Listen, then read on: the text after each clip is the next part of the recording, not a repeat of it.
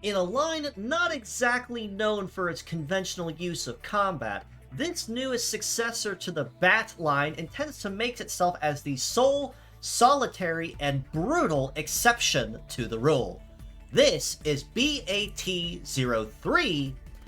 Vaincrebat, with a mostly new kit of Shockwave, Anti-Float, Levitate Shot, Flight Legs, and the leg ability of Darkness, which buffs all leg stats, minus armor and heavy limit, but takes times 2.5 damage from any optic skills. Now, at time of recording, we've already seen Vaincrebat a couple of times already as an enemy-only NPC, so while we already kind of had an idea of how he behaved, we didn't exactly have the numbers to show just where he'd be starting at, to show just how much of a brutal menace this new bat type can be, and to prove that not every series is designed to be harmless or simple, or even conventional or conditional. This one chooses to make itself an exception in many different cases. Shockwave on the head part is a brand new skill being introduced into the game, which has a very powerful and upfront intent on what it brings to the table. Simply explained, Shockwave is a sure crit shooting skill that deals a guaranteed critical hit upon attacking the target. But not only that, it also inflicts the wave symptom on the enemy in question, which means that the enemy will be going noticeably slower with their heating and cooling debuff by 25%, and wave also prevents them from being able to defend, which means any hits that land going forward are also guaranteed to be critical hits no matter what anyway. So Vaincrebat is already starting off on an extremely aggressive foot with what he brings to the table, to make it clear that when he hits the floor, albeit he's upside down, a lot of things are going to be going up in the air and making it extremely easy to pick off enemy targets. On the topic of floating in the air, though, the right arm of Anti-Float is a shooting skill which, up to this point, was exclusive only to Grid Burn Knight from the Gridman Universe collab, and if you missed out on it either time, you were hard out of luck. But Anti-Float here with Vaincrebat is the first non-collab instance of this being added permanently into the game. And simply explained, it is a basic shooting attack that doesn't really deal a whole lot of damage at front. But, as the name implies, and as it does kind of hint and strongly allude to, if you attack a foe that is using a float-type leg orientation, that damage goes up to times 7 and beyond, making it a very easy nuke or cripple at the bare minimum of any float-type enemies that are on the opposing side. And given that this has a fairly solid heating and cooling in the low 600s to high 700s,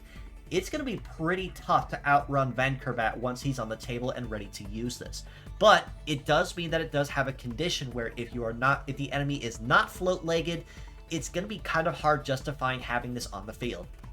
Now, on the topic of that, and funny it should be mentioned, Levitate Shot on the left arm is a brand new skill being introduced into the game, and the other new one he's introducing, which actually serves as a solution to the problem that Anti-Float brings to a team. Levitate Shot, as the name implies, changes the target's leg type to floating upon successfully landing the hit, but it also debuffs their mobility and shooting and melee resist for 20% for 3 actions. So this means that unlike, say, Mud Shot or Mud Blow, which only lasts until attacked, Levitate Shot lasts until the enemy has taken at least 3 actions. And this means that you can really and very easily cripple them with Anti-Float as a follow-up if you have not already. If they're somehow still alive at that point and you haven't shot them down yet. So this kind of solves Vaincrebat's problem of not being able to have anything to use Anti-Float on,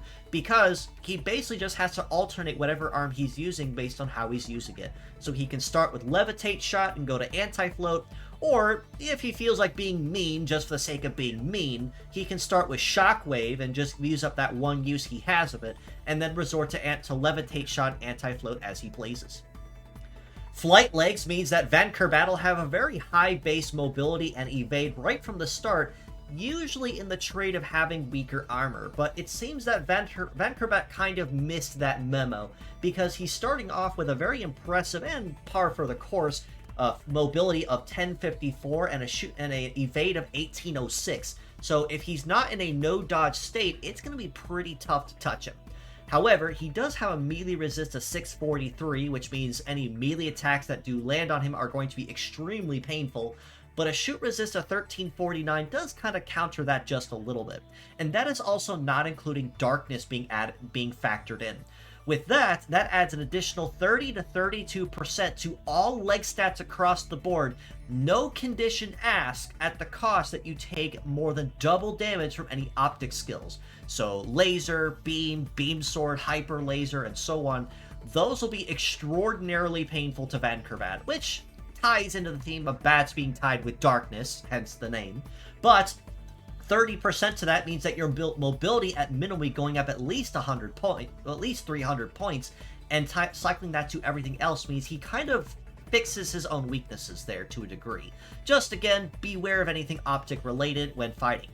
In the armor department, he's packing some fairly solid bulk there as well, with a head armor of almost 4,500, arms at almost 3,800 apiece, and legs at 4,200 means he is very stocky for a bat, which is very much so in a very high antithesis to what you consider, contrast to what you consider with most other flight legs, which tend to trade armor for offense and evade. Again, Vaincrebat seemed to have missed that memo.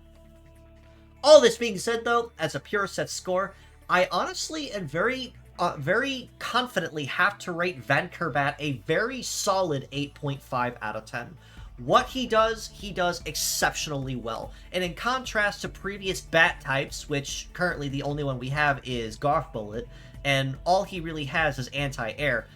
Vaincrebat fixes the problem of every other bat type that preceded him, of having both the catalyst and the trigger to the condition that is his name and game. Between Levitate Shot and Anti-Float, you could use him as a pure set right from square one and lay waste to anything that is on the field, no matter how often you choose to use him. And Shockwave is honestly a very nice addition if you want to be mean, like I said, just for the sake of being mean. And then, of course, Darkness is very hard to skip out on as well, given the fact it is the first non-collab instance of this. However, do be mindful of the fact that Flight Legs means that he is susceptible to anyone using anti-air, a fairly obvious weakness there, and of course anyone that is using Stat Cleanse will make it progressively more difficult for Vaincrebat to actually use Levitate Shot.